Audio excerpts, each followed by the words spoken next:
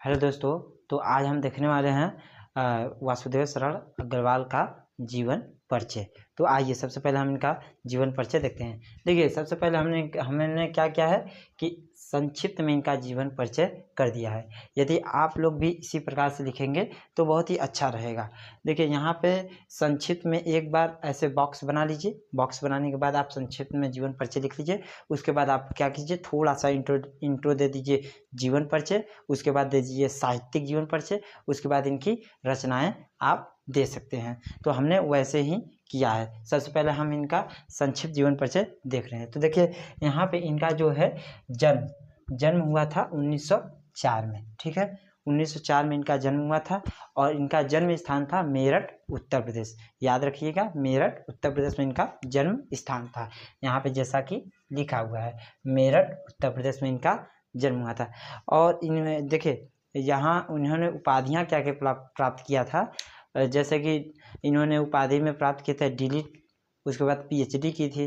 तो इन सन, यदि आपको सन इनका याद है कि किस सन में इन्होंने किस उपाधि प्राप्त की, तो आप लिख सकते हैं।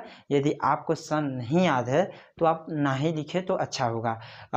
इससे क्या होगा कि आप जैसे आप सन याद ही नहीं है, लिख दे रहे हैं तो गलत माना जाएगा ना। तो देखिए, सन हम बता दे रहे हैं। यहाँ इन्होंने पीएचडी, यहाँ पे लिखा हो पीएचडी, इन्होंने सन 1941 में प्राप्त की। और इन्होंने डीलिट की उपाधि सन 1946 ईस्वी में प्राप्त किया था। ठीक है, प्राप्त किया था। ठीक है, उपाधियाँ हो गई। देखिए, 3-4 टॉपिक भी आपको याद है ना, तो संक्षिप्त में जीवन परिचय डाल दीजिए। उसके बाद आप जीवन परिचय लिख दीजिए। संक्षिप्त डालने के बाद संक्षिप्त जीवन परिचय लिख दीजिए। उसके बाद जीवन परिचय लिख दीजिए। उसके बाद साहित्यिक जीवन परिचय कि इन्होंने सन इतने में क्या किया था, इन्होंने क्या क्या किया था। ठीक है, उसके बाद आप थोड़ा सा रचनाएं 2-4 डाल सकते हैं। ठीक है, और उसके बाद देखिए भाषा, इनकी भाषाएं क्या थी कि भाषा इनकी खड़ी बोली थी। हालांकि इन्होंने बहुत सारी भाषाएं वो जानते थे, किंतु हमने सिंपल लिया है खड़ी बोली। ठीक है, खड़ी बोली इनकी भाषा थी। ठीक है, खड़ी भाषा नहीं, खड़ी बोली भाषा। ठीक, उसके बाद इनकी शैलियाँ क्या क्या थी। शैली में इनकी थी विचारात्मक थी। ठीक है, व्याख्यात्मक थी। उसके बाद इनकी जो है गवेषणात्मक थी। यहाँ पे लिखा हुआ है, देखिए, विचारात्मक थी, उसके बाद व्याख्यात्मक, उसके बाद गवेषणात्मक। ठीक है, इनकी शैली थी, भाषा शैली। ठीक, उसके बाद इनकी रचनाएं, तो रचनाएं इनकी क्या थी। देखिए, पृथ्वी पुत्र, उसके बाद भारत की एकता, और उसके बाद हमारा जो है माता भूमि, उसके बाद इनका कल्प वृक्ष, इन्हीं की रचनाएं हैं। जैसे कि यहाँ पे लिखा हुआ है पृथ्वी पुत्र, भारत की एकता, उसके बाद कल्प वृक्ष, और हमारा जो है माता भूमि नहीं लिखा है, माता भूमि, यहाँ पे माता भूमि हो गया, माता भूमि। ठीक है, माता भूमि, यहाँ पे हमारा इन्हीं की रचनाएं हैं। ठीक है, और इनकी जो मृत्यु हुई थी 1967 ईस्वी में इनकी मृत्यु हो गई थी। यहाँ पे जैसा कि लिखा हुआ है, देखिए, 1967 ईस्वी में इनकी मृत्यु हो गई थी। और इनकी प्रसिद्धियाँ क्या थी। निबंधकार थे। ठीक है, निबंधकार थे, टीकाकार थे, साहित्य ग्रंथों के कुशल संपादक के रूप में व्याख्या थे। ठीक है, व्याख्या थी। ठीक है, तो आप क्या कीजिए, इसका स्क्रीनशॉट लीजिए। इसके बाद हम इनका जीवन परिचय देखेंगे। उसके बाद हम क्या करेंगे, इनका साहित्यिक जीवन परिचय भी थोड़ा सा देखेंगे। साहित्यिक जीवन के बाद थोड़ी सी रचनाएं, हालांकि यहाँ पे हमने रचनाएं लिखा हुआ है, फिर भी हम देख लेंगे। ठीक है, अब देखिए, जैसे हम आपको बता रहे हैं साहित्यिक जीवन परिचय में, साहित्यिक जीवन में परिचय, यदि आपको ये सब सन याद रहेगा तो बहुत ही अच्छा रहेगा। साहित्यिक जीवन परिचय में आप लिख देंगे कि वासुदेव शरण अग्रवाल ने सन मान लीजिए यही लिखना है। ठीक है, एक लाइन में ये लिख दिए 1941 में पीएचडी की उपाधि प्राप्त की। अब डिलीट की 1946 में प्राप्त की। यदि आपको याद होगा तो आपको साहित्यिक जीवन परिचय लिखने में थोड़ी सी आसानी होगी। ठीक है, हालांकि नहीं याद है तो आप लिख सकते हैं कि इन्होंने पीएचडी और डिलीट की उपाधियाँ प्राप्त की थी। ठीक है, तो आप स्क्रीनशॉट लीजिए। इसके बाद हम जीवन परिचय देखेंगे, फिर साहित्यिक, फिर रचना। ठीक है, स्क्रीनशॉट, आशा करते हैं कि आप सभी ने स्क्रीनशॉट ले लिया होगा। तो अब हम देखेंगे इनका जीवन परिचय, उसके बाद हम साहित्यिक परिचय। ठीक है, तो देखिए, इनका जीवन परिचय, देखिए यहाँ लिखा है डॉक्टर वासुदेव शरण अग्रवाल का जीवन परिचय। ठीक है, साहित्यिक परिचय देख चुके हैं हम लोग। तो यहाँ पे लिखा हुआ है डॉक्टर वासुदेव शरण अग्रवाल का जन्म 1904 ईस्वी में मेरठ जनपद के खेड़ा नामक ग्राम में हुआ था। ठीक है, ये नाम याद रखिए, जैसे मेरठ, ठीक है, मेरठ जनपद के खेड़ा नामक ग्राम में हुआ था। ठीक, और उसके बाद यहाँ पर लिखा हुआ है इनके माता पिता जो है कि लखनऊ में रहा करते थे और इनका जो है बचपन या फिर बालकाल इनका लखनऊ में ही व्यतीत हुआ। जैसा कि हमने यहाँ पे लिखा हुआ है कि इनके माता और पिता लखनऊ में रहते थे, अतः इनका बचपन या फिर बालकाल लखनऊ में ही व्यतीत हुआ। यहीं से इनकी प्रारंभिक शिक्षा भी प्राप्त की है। इन्होंने लखनऊ में ही अपनी प्रारंभिक शिक्षा जो है उसको प्राप्त किया था। ठीक है, यहाँ पे हमने लिखा हुआ है इनकी प्रारंभिक शिक्षा। ये सब जो शब्द हैं इसको याद करेंगे तो आप आसानी से लिख सकते हैं। ठीक है, उसके बाद लिखा हुआ है यहाँ पे सन 1941, देखिए यहाँ पे लिखा हुआ है ना, सन 1941 ईस्वी में इन्होंने PhD तथा उसके बाद सन 1946 ईस्वी में इन्होंने डीलिट की उपाधियाँ प्राप्त की। ठीक है, या उपाधियाँ मिली या फिर प्राप्त की।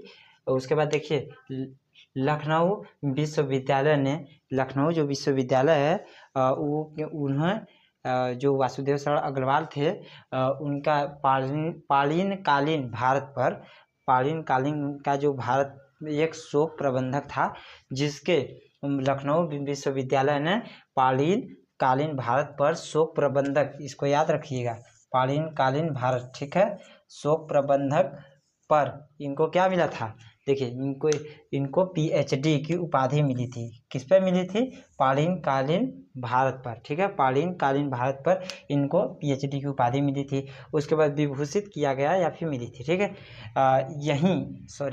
यहाँ पे यहीं से इन्होंने डीलिट की उपाधि भी प्राप्त की थी, जो है लखनऊ विश्वविद्यालय से ही इन्होंने PhD और लखनऊ विश्वविद्यालय से ही इन्होंने डीलिट की उपाधि प्राप्त की थी, जैसा कि हमने यहाँ पे लिखा हुआ है। ठीक है, अब उसके बाद प्राप्त की थी इन्होंने पाली संस्कृत अंग्रेजी आदि भाषाओं तथा प्राचीन भारतीय संस्कृति और पुरातत्व का गहन अध्ययन किया, जिसकी वजह से और इन्हीं क्षेत्रों में विद्वान, जैसे देखिए हमने लिखा है ना, इन्हीं क्षेत्रों में ने उच्च कोटि का विद्वान माना जाने लगा। ठीक है, और इनका जो है देहांत हो गया 1967 ईस्वी में, जो कि हमारे डॉक्टर वासुदेव सरल अग्रवाल जी का देहावसान हो गया या फिर देहांत हो गया।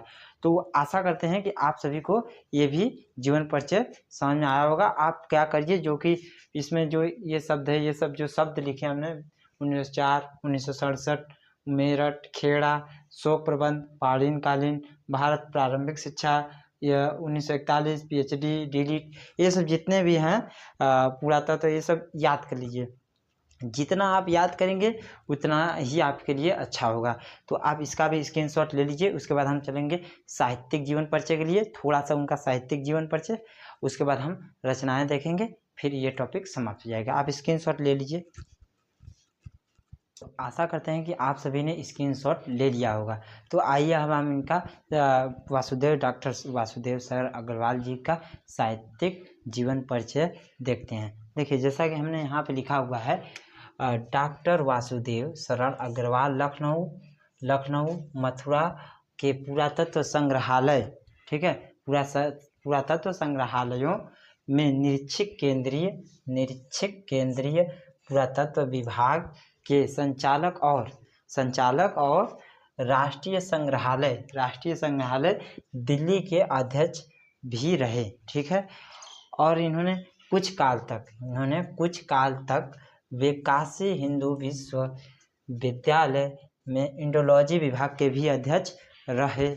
ठीक है, और इन्होंने डॉक्टर वासुदेव सरल अग्रवाल क्या किए, डॉक्टर वासुदेव सरल अग्रवाल ने मुख्य रूप से ही अपना पुरातत्व को ही विषय बनाया। ठीक है, हमने लिखा हुआ है, देखिए यहाँ पर लिखा है, डॉक्टर वासुदेव सरल अग्रवाल ने मुख्य रूप से पुरातत्व को ही अपना विषय बनाया। ठीक है, और उसके बाद उन्होंने प्रागैतिहासिक वैदिक तथा, यहाँ पे लिखा हुआ है, उसके बाद वैदिक तथा पौराणिक साहित्य के मर्म का उद्घाटन भी किया। ठीक है, उसके बाद और अपनी रचना में, जो इनकी रचनाएं थी उसमें इन्होंने क्या किया था, देखिए, और इनकी रचना में संस्कृत और प्राचीन इतिहास, भारतीय इतिहास का प्रमाणित रूप से प्रस्तुत किया, इन्होंने प्रमाण किया। ठीक है, उसके बाद वे निबंधकार के रूप में भी प्रतिष्ठित थे। अब इनकी रचनाएं देखिए, रचनाएं हमने पहले भी बता चुका है। पृथ्वी पुत्र है, ठीक है, माता भूमि है, भारत की एकता है, और यहाँ पे रचनाएं लिखा हुआ है, आप देख सकते हैं, ठीक है।